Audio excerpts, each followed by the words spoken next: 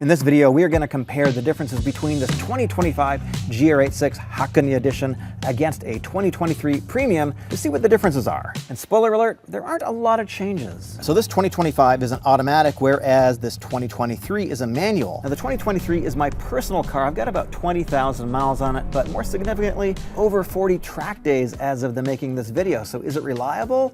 We'll talk about that a little bit later. Now this Hakone Edition is $36,400, but this particular car has some options on it, including the $1,700 GR Performance exhaust. So this is about $39,600 before the dealer starts to negotiate with you. The Hakone Edition is an appearance package. Mechanically, you can get everything this car has by getting a Premium Edition and adding the Performance package for about $1,500. However, the Hakone Edition is limited to 860 units for the US market. So you get the same 2.4-liter motor, 228 horsepower, 184 pound-feet of torque, naturally aspirated. It is a flat 4 from Subaru. You get this beautiful ridge green paint. You get the same style of wheels, but they have a bronze finish. And the Hakone includes the Performance package, which has the bigger Brembo brakes, 4 pistons up front, 2 in the rear, and Sachs dampers. You get the stunning interior with ultra suede seats and tan inserts, physical HVAC controls, and an 8-inch display with premium audio and wired Apple CarPlay. You get a special shift knob and this little plaque. The next couple things that I'm going to talk about apply to all 2025 GR86 models. The throttle mapping has been revised, and this supposedly makes it a little bit easier to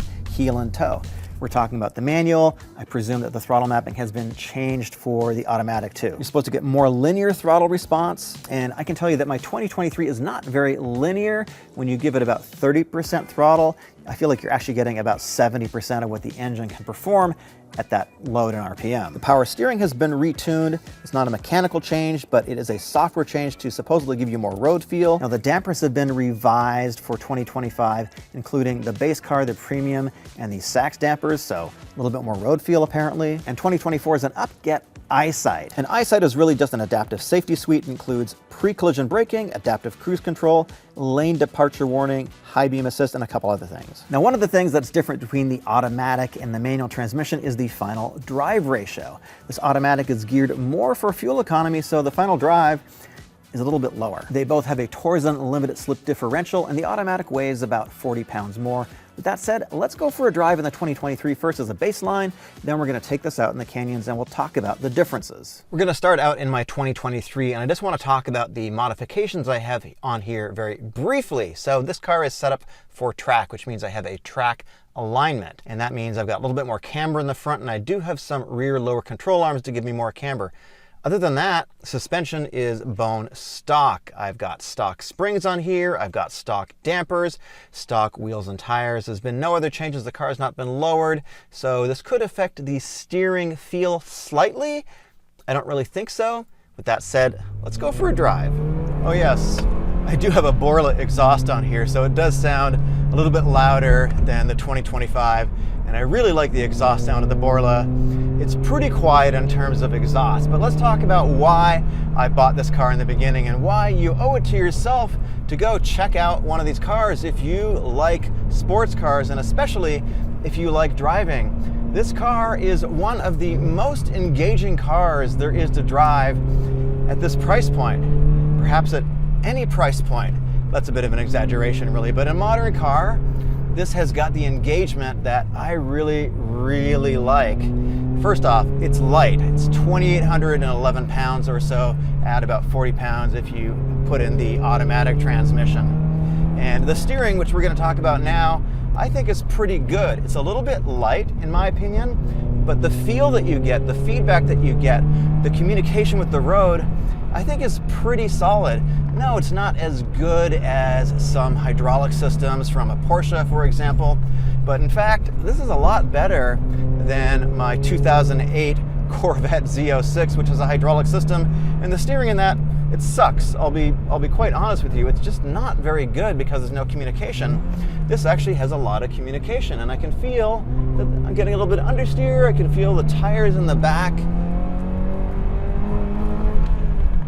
It's good. This is very tossable. Lightweight is a good thing. It's a really good thing, and that's something that is really lacking in today's sports car, so to speak. You've got the Mustang, which weighs a lot. What else have we got?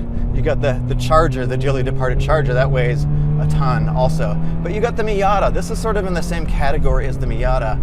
And this is just an entertaining, fun car to drive. And if you want to learn how to drive, this is really going to teach you something, because it's got a nice weight balance to it.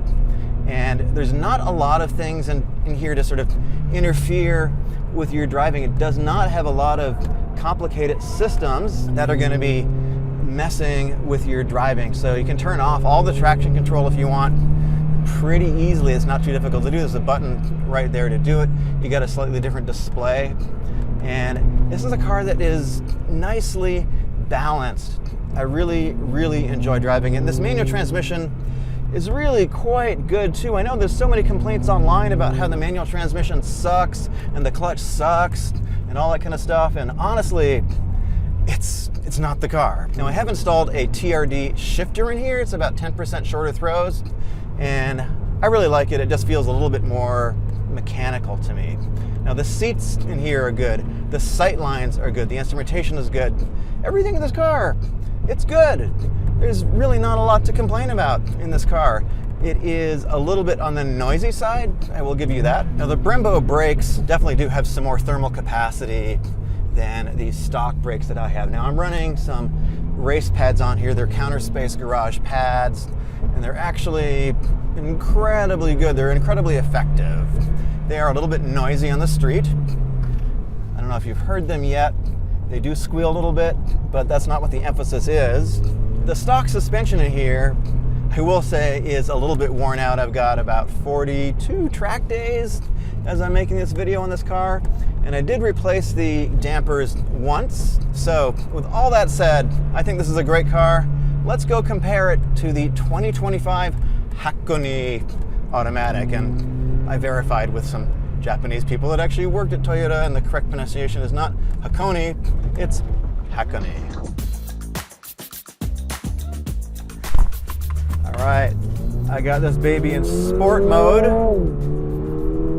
Upshifts are pretty quick, and it seems to hold a gear pretty decently. Now, one thing I notice is with this GR performance exhaust, or whatever they call it, for $1,700, it is a little bit on the boomy side. Not hugely boomy, but it is a little bit boomy. I think the transmission in sport mode is sort of the way I would like it in just normal day-to-day mode.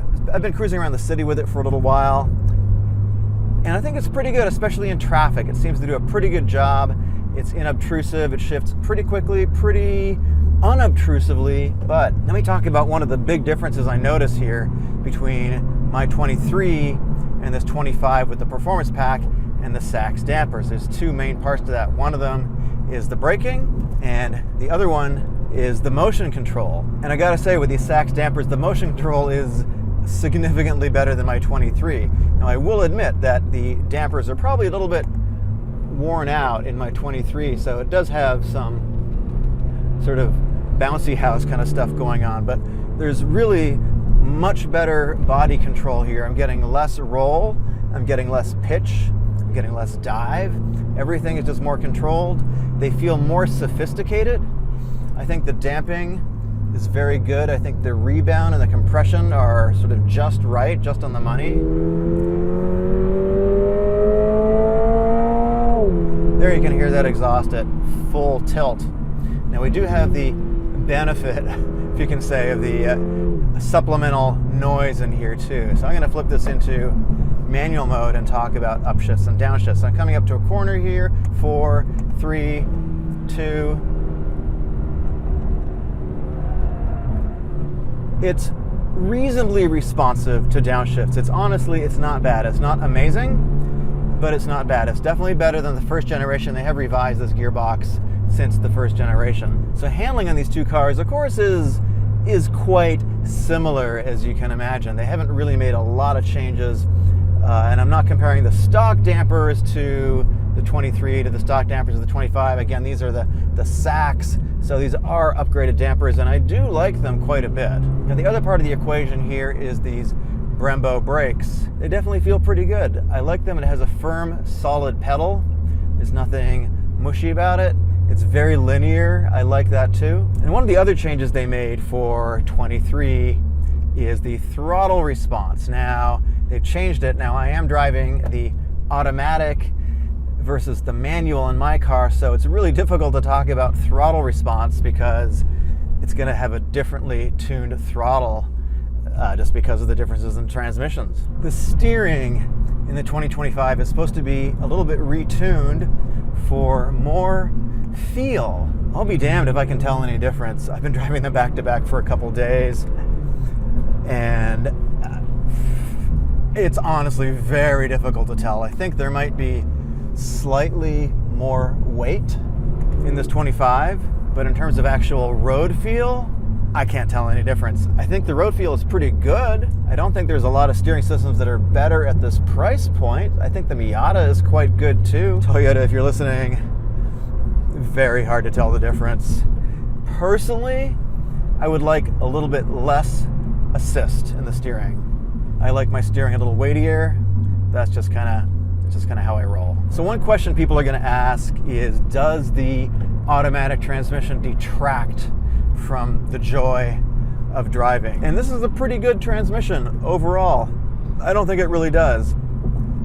I think if you want an automatic, absolutely go for it. If you live in a city, you got a lot of traffic, the automatic is definitely going to be a better choice for you. But one thing I did notice is that the gearing, the final drive ratio is taller in the automatic, and so acceleration in gear is just not as good. 0 to 60, this is just a little bit slower, but even not 0 to 60, just in normal highway driving, you notice that it just doesn't pull quite as hard. And we haven't talked about the engine yet, this 2.4 liter flat 4 from Subaru.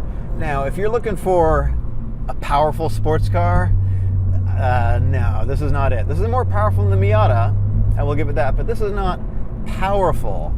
If you are looking for power, don't buy this car. Buy something else. Buy a used Mustang, buy a new Mustang. Buy something that has a better power to weight ratio than this. This is not a car that is going to light your pants on fire, but I don't think it's really meant to. So for the people that sort of value the handling side of the equation, this is a great car. So with all that said, let's head back, let's talk about reliability, and let's talk about if this is a car that is right for you. There's been a lot of talk on social media about the reliability of these platforms, specifically low oil pressure in right-hand turns and also silicone in the oil pan. Well, let me just share my experience. I've got about 42, 43 track days on this car so far. I beat the ever-living crap out of it almost every weekend. So in 2 years, I've got about 22,000 miles and that number of track days, and I've had no issues at all. Now, I do a lot of regular maintenance, and I run an oil cooler. I run a Greddy oil cooler, but I don't run any kind of baffle. And here's the other thing. I know about a dozen people, maybe even more with the second generation platform that also go to the track. I track with them, and they also beat the living piss out of their cars, and none of them have had any issues with their cars. So you can believe what you want to believe, but if you're just driving this thing around on the street, an occasional fun little weekend jaunt into the canyons or your favorite backcountry road, I really don't think you have anything to worry about, because my car is living proof that you can beat the crap out of these cars and not have any issues. There really aren't a lot of rear-wheel drive options anymore that are affordable. You've basically got the Miata, you've got this, and I can't think of anything else except maybe the Mustang, but that goes up in price pretty significantly over this. From a pure fun to drive standpoint, really it's just, again, this and the Miata. These are super fun cars to drive. I sold my Supra recently because it just isn't as engaging as the GR86. It's still pretty practical. It does have a decent sized trunk. The back seat is terrible. And I think for 2025, the Eyesight Edition, actually 2024, not that big a deal. It actually works pretty well in my opinion. I haven't had any issues with it. My name is Eric. Stick around and subscribe for that next video on how much it cost me to track my GR86 for a year. See you in the next one.